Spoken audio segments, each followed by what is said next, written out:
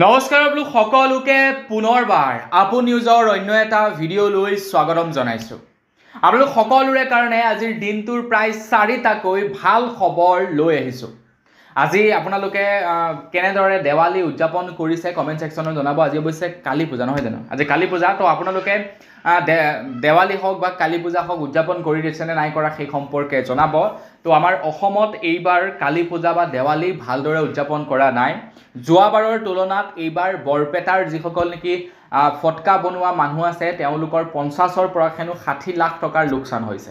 মানে ইয়াৰ পৰা এইটো প্ৰমাণিত হয় এইবাৰ মানুহে উদযাপন কৰিছে যদিও খুব কমকৈ উদযাপন কৰিছে। সৰহসংখ্যক মানুহে এইবাৰ বোম ফটাকা ব্যৱহাৰ কৰা নাই। বিশেষকৈ আমাৰ অসমীয়া মানুহখিনিয়েতো একেবাৰেই বোম ফটাকা ব্যৱহাৰ কৰা নাই। হয়তো চাই ক'ৰবাত 10% 20% অসমীয়া মানুহেহে বোম ফটাকা ফুটাইছে। বাকী সম্প্ৰদায়ৰ যিবিলাক মানুহ আছে তো তেওঁলোকে বাৰু ব্যৱহাৰ কৰিছে বোম ফটাকা। তো কিন্তু অসমীয়া যিসকল মানুহ আছে তেওঁলোকে বোম ফটাকা ফুটোৱা বৰ বিশেষ দেখা পোৱা নাই। আৰু যি কি নহওক আজি আপোনালোক সকলোৰে কাৰণে প্ৰায় 4টাকৈ ভাল খবৰ লৈ আহিছোঁ। সেই 4টা ভাল খবৰনো কি সেই সম্পৰ্কে জনাম। তো মই শ্ৰীপান গগৈ, আপোনালোকে চাই আছে আপোন নিউজ।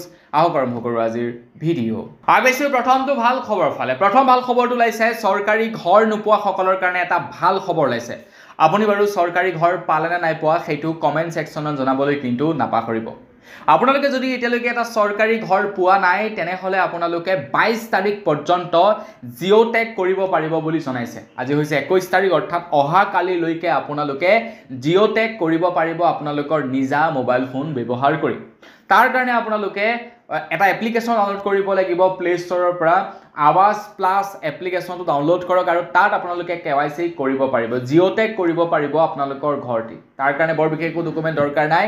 আধাৰ কাৰ্ড প্ৰয়োজন হ'ব, ৰেচন কাৰ্ড প্ৰয়োজন হ'ব আৰু আপোনাৰ কেঁচা ঘৰৰ একপি চেলফি আপোনালোকে আপলোড কৰক, জিঅ' টেগ কমপ্লিট হৈ যাব।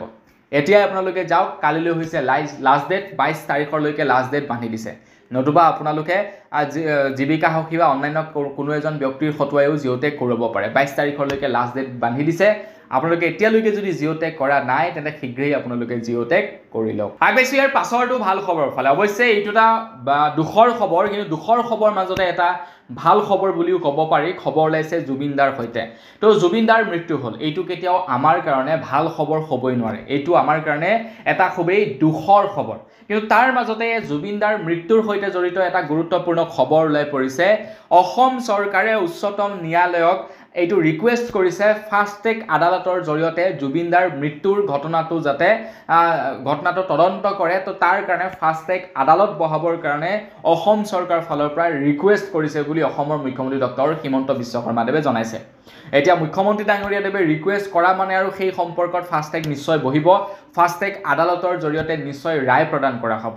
তো ফাষ্টেগ আদালতৰ জৰিয়তে ৰায় প্ৰদান কৰিলে আমাৰ বেনিফিট এইটোৱে হ'ব যে জুবিন দাৰ মৃত্যুৰ ঘটনাৰ সোনকালে আমি ন্যায় লাভ কৰিম। যেনেকৈ নেকি আমাৰ ভাৰতবৰ্ষৰ বাকী কেছবিলাকত ন্যায় দিওঁতে যথেষ্ট দেৰি লাগে, ন্যায় দিওঁতে যথেষ্ট সময় লাগে। তো ফাষ্টেগ আদালতৰ জৰিয়তে যদি ন্যায় প্ৰক্ৰিয়াটো হয় তেতিয়া বেছিকণ সময় নালাগিব, খুব কম দিনৰ সময়তে ন্যায় লাভ কৰিব জুবিন দাই। গতিকে ফাষ্টেগ আদালতৰ জৰিয়তে হয়তো এতিয়া ন্যায় পাব আমাৰ জুবিন দাই, সকলোৰে মৰমৰ জুবিন দা। তো #জাষ্টিছ ফৰ জুবিন গাৰ্গ ব্যৱহাৰ কৰি যাওক। ফেচবুক, ইনষ্টাগ্ৰাম, হোৱাটছআপ য'তেই আপোনালোকে যেতিয়াই সুবিধা পায় তেতিয়াই #জাষ্টিছ ফৰ জুবিন গাৰ্গ ব্যৱহাৰ কৰক। আগবাঢ়িছোঁ ইয়াৰ পাছৰটো খবৰ ফালে। ইয়াৰ পাছৰ খবৰটো ওলাইছে কৃষকসকলৰ কাৰণে। তো কৃষকসকলৰ যি নেকি 21 নম্বৰ কিস্তি, PM কিষাণৰ 21 নম্বৰ কিস্তি নৱেম্বৰ মাহৰ প্ৰথমটো উইকছতে লাভ কৰিব বুলি জনাইছে। 21 নম্বৰ কিস্তিটো আমাৰ ভাৰতবৰ্ষৰ প্ৰায় 4খনকৈ ষ্টেটত অলৰেডি সেই 21 নম্বৰ কিস্তিটো প্ৰদান কৰিলে। খুব সোনকালে আমাৰ ভাৰতৰ বাকী কেইখন ষ্টেটতো 21 নম্বৰ কিস্তিটো প্ৰদান কৰিব বুলি জনাইছে। কিন্তু তাৰ পূৰ্বে আপোনালোকে এতিয়ালৈকে যদি KYC সম্পন্ন কৰা নাই KYC কৰি লওক, নহ'লে কিন্তু আপোনালোকে পইচা নাপাব। যিসকলে KYC কৰিলে তেওঁলোকে অবিৰতভাৱে পাই থাকিব আৰু নকৰাসকলে কিন্তু PM কিষাণৰ ধন নাপাব। আগবাঢ়িছোঁ ইয়াৰ পাছৰটো খবৰ ফালে। আৰু এইটো একেবাৰে শেষৰটো ভাল খবৰ ওলাইছে অৰুণোদয় আঁচনিৰ ওপৰত। আপোনালোকে অৰুণোদয় আঁচনিৰ পইচা পালে নে নাই পোৱা কমেণ্ট ছেকশ্যনত জনাব। তো বহু মানুহৰ বৰ্তমান সমস্যা হৈ আছে অৰুণোদয় আঁচনিক লৈ। কিছু লোকে আগৰে পৰা পাই আছিলে, হঠাতে পইচা নোপোৱা হৈ থাকিলে। কিছু লোকৰ এইবাৰ নামো আহিছে লিষ্টত, তেওঁলোকলৈ মেছেজো আহিছে, কিন্তু পইচাটো তেওঁলোকৰ একাউণ্টত সোমোৱা নাই। এনেকুৱা বহুতো সমস্যা বৰ্তমান সময়ত সৃষ্টি হৈ আছে।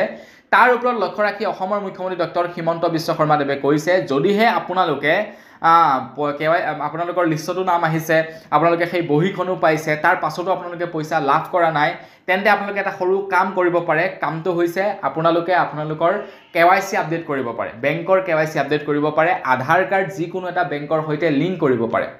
এই কামটো যদি কৰি লয় তেতিয়া নেক্সট বাৰ আপোনালোকে পইচাটো পাই যাব, ঠিক আছে। তো কিছুমানৰ এনেকুৱা হৈছে তেওঁলোকৰ মেছেজো আহিছে আপোনাৰ অৰুণোদয় পইচা সোমাইছে বুলি, বা তেওঁলোকলৈ বহীখনো আহিছে কিন্তু পইচা সোমোৱা নাই। তো তেওঁলোকে প্ৰথমে এইটো চেক কৰক যে তেওঁলোকৰ একাউণ্ট কেইটা আছে আৰু কোনটো একাউণ্টত পইচা সোমাইছে সেইটো চেক কৰক, গোটেইকেইটাতে চেক কৰক। আৰু এটাতো যদি সোমোৱা নাই তেওঁলোকে DBT একাউণ্ট খুলিব লাগিব বা বেংকৰ একাউণ্টৰ সৈতে KYC আপডেট কৰিব লাগিব, আৰু তেতিয়াহে তেওঁলোকৰ পইচাসমূহ সোমাব। গতিকে আপোনালোকে সেই কামটো অতি সহজতে কৰি লওক, সোনকালে আপোনালোকে সেই কামটো কৰি লওক। তো বন্ধু বান্ধৱীসকল, বছ এই চাৰিটাই আছিলে আজিৰ ভিডিঅ'ত জনাবলগীয়া ভাল খবৰকেইটা জানি আপোনালোকৰ কেনে লাগিলে কমেণ্ট ছেকশ্যনত জনাব। যদি ভাল লাগিলে লাইক এটা কৰিব, চেনেল যদি ছাবস্ক্ৰাইব কৰা নাই ছাবস্ক্ৰাইবটো কৰি ল'ব। পুনৰ এটা ভিডিঅ' লগ পোৱাৰ খাই লৈ বিদায় মাগিছোঁ। ধন্যবাদ। জয় অসম। #জাষ্টিছ ফৰ জুবিন গাৰ্গ ব্যৱহাৰ কৰি যাব।